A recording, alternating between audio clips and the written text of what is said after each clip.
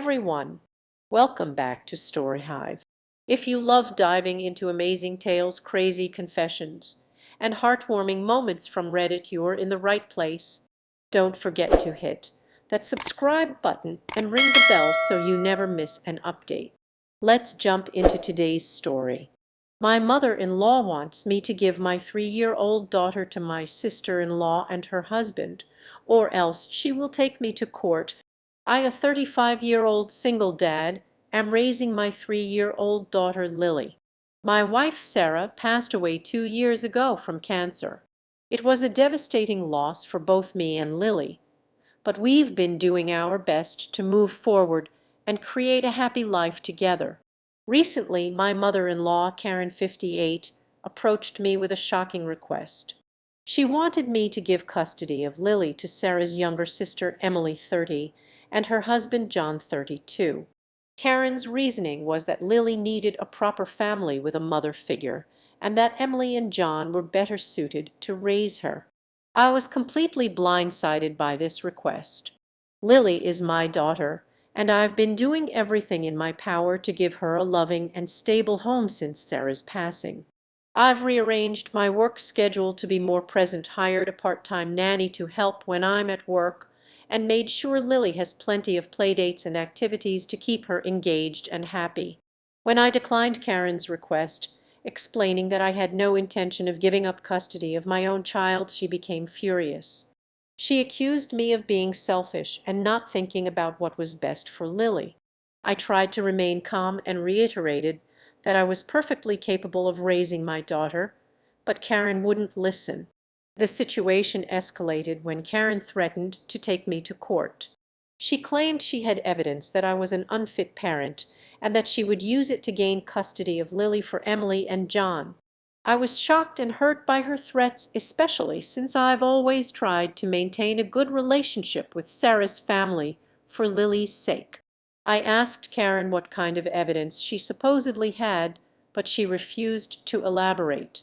She just kept insisting that Lily would be better off with Emily and John, and that I was depriving her of a chance at a normal family life. I stood my ground and told Karen that I would fight any attempts to take Lily away from me. I reminded her that I am Lily's legal guardian and that there was no basis for her claims. I also pointed out that uprooting Lily from her home and separating her from her father would be incredibly traumatic for her. Karen stormed out of my house, threatening that I would be hearing from her lawyer soon. I was left feeling angry, hurt, and worried about what might happen next. Since then, I've been documenting all of my interactions with Karen and keeping detailed records of Lily's care. I've also reached out to a family lawyer to discuss my options and prepare for any potential legal battle. I'm confident that I'm doing the right thing by keeping Lily with me, but Karen's accusations and threats have left me feeling shaken. I can't help but wonder if I'm being selfish by not considering her proposal more seriously. Emily has been struggling with fertility issues due to hormonal complications. I sympathize with their situation, but I don't believe this justifies taking Lily away from me. Over the next few days, I tried to maintain our normal routine for Lily's sake. I took her to the park, read her bedtime stories, and did my best to shield her from the tension with her grandmother. However, I couldn't help but feel a constant sense of anxiety, wondering when the other shoe would drop. A week after Karen's initial visit, I received a formal letter from a lawyer representing her. The letter outlined a series of allegations against me, claiming neglect and emotional abuse. I was accused of working too much and leaving Lily with strangers, referring to her nanny, who has been with us for over a year and whom Lily adores. The letter also suggested that I was emotionally unstable due to my grief over Sarah's death and unable to provide a nurturing environment for Lily. Reading these accusations felt like a punch to the gut. I've dedicated every part of my life to ensuring Lily's happiness and well-being since Sarah passed away, and to have my efforts twisted and used against me was infuriating and heartbreaking. I immediately contacted my lawyer and forwarded the letter to her. She assured me that the claims were baseless and that we had a strong case to maintain custody. She advised me to gather character references from Lily's pediatrician, her preschool teachers, and other family members who could attest to my parenting abilities. As I began reaching out to people for these references, I was overwhelmed by the support I received. Lily's teachers praised her development and social skills, noting how well adjusted she seemed despite the loss of her mother. Our pediatrician wrote a glowing letter about Lily's health and my attentiveness as a parent. Even some of Sarah's cousins and aunts reached out to offer their support. Despite this flood of support, I couldn't shake the feeling of betrayal. Karen had been a part of our lives since Lily was born. She had helped us during Sarah's illness and in the aftermath of her death. I had always thought we had a good relationship. Now it felt like she was trying to tear apart what remained of our family. I tried to understand Karen's perspective. Maybe she genuinely believed Lily would be better off with Emily and John. Perhaps she was struggling with her own grief and wanted to keep a piece of Sarah close by, having Lily raised by her other daughter. But no matter how I looked at it, I couldn't justify her actions or the hurtful accusations she was making against me. Update: yesterday, Emily and John showed up at my doorstep unannounced. I was surprised to see them, especially after Emily's earlier call where she had apologized for her mother's behavior. Lily was napping, so I invited them in for a quiet talk. Emily started the conversation by saying that they believed it might be best for Lily to live with them. John nodded along, looking uncomfortable, but supportive of his wife. I listened patiently, trying to remain calm. When Emily finished, I politely but firmly restated my position. I told them that while I appreciated their concern, Lily was my daughter, and I had no intention of giving up custody. I emphasized that Lily was happy, well adjusted, and that uprooting her would be traumatic. Emily's behavior suddenly changed. Her face hardened, and she accused me of being selfish. She said I was ruining Lily's life by depriving her of a mother's care. I was shocked. Then Emily made an accusation that surprised me. She claimed that I was planning to marry another woman and make her Lily's stepmother. This was completely false. I hadn't even considered dating since Sarah's passing, let alone remarriage. When I denied this, Emily became even more agitated. In a moment that felt surreal, Emily then accused me of never having truly loved Sarah and not loving Lily either. She said that if I really cared about Lily's well-being, I would let her be raised by a real family. I was stunned into silence by the brutality of her words. As I struggled to respond, John tried to calm Emily down, but she brushed him off. She stood up abruptly and declared that they would be back with their lawyer. Emily stated that they would fight for custody and that I should prepare myself to lose Lily. They left quickly after that, leaving me reeling from the encounter. I sat in silence for a long time, trying to process what had just happened. After collecting myself, I called my lawyer to update her on this new development. She advised me to document the visit and Emily's threats, assuring me again that they had no legal grounds to take Lily away from me. That night, as I tucked Lily into bed, I held her a little tighter than usual. I promised her and myself that I would do everything in my power to protect our little family. The road ahead might be difficult, but I was prepared to face whatever challenges came our way.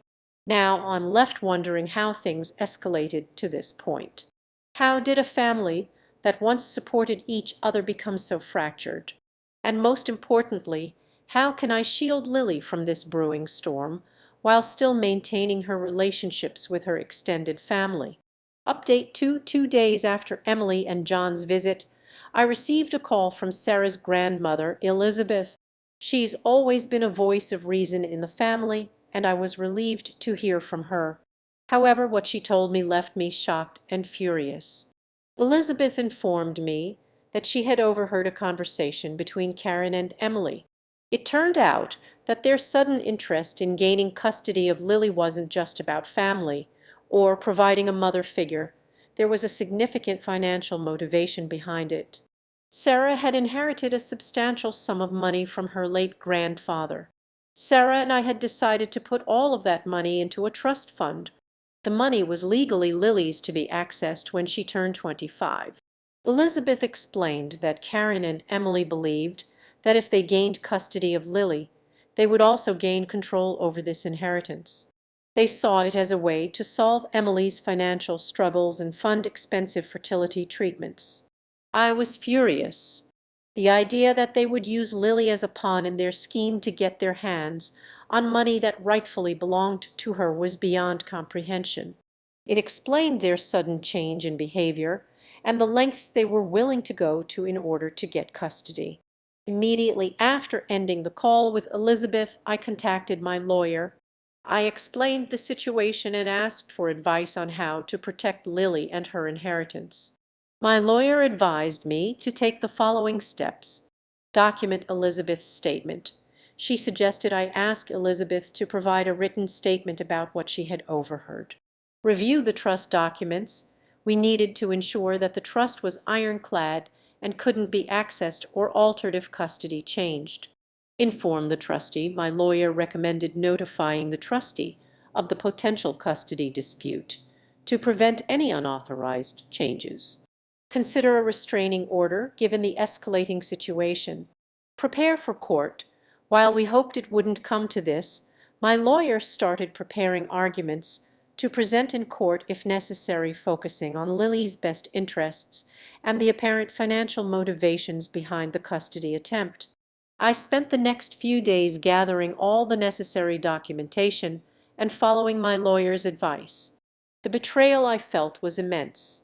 To think that Sarah's own mother and sister would try to use Lily for financial gain was heartbreaking. Despite my anger, I tried to remain calm for Lily's sake. She had picked up on the tension and had been more clingy than usual. I made sure to spend extra time with her, reassuring her of my love and commitment. As I tucked Lily into bed that night, I found myself reflecting on Sarah. I wished she was here to help navigate this mess, but I knew she would be proud of how I was protecting our daughter. I made a silent promise to her and to Lily that I would fight with everything I had to keep our little girl safe and secure.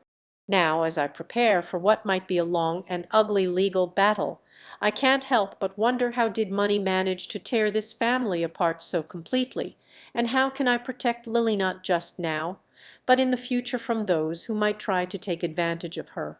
Final update: it's been 6 months since my conflict with Karen and Emily. The aftermath wasn't easy, but things have gradually settled into a new normal. After our meeting, Karen and Emily backed off. They formally apologized, acknowledging their wrongdoing and expressing remorse for their actions. While I appreciated this step, I remained cautious. We've slowly rebuilt some form of relationship. They now have supervised visits once a month. It's not perfect, but it's a start. Lily is thriving, she's happy, energetic, and growing more like Sarah every day. We talk about her mom often, keeping her memory alive. I've started a support group for single parents who've lost their partners. It's been healing to connect with others who understand this journey. As for me, I'm taking it one day at a time. The experience has made me more protective of Lily, but also more appreciative of the life we have together. I'm grateful for the support I received and the strength I found to stand up for what's right. Lily's future is secure, and that's what matters most.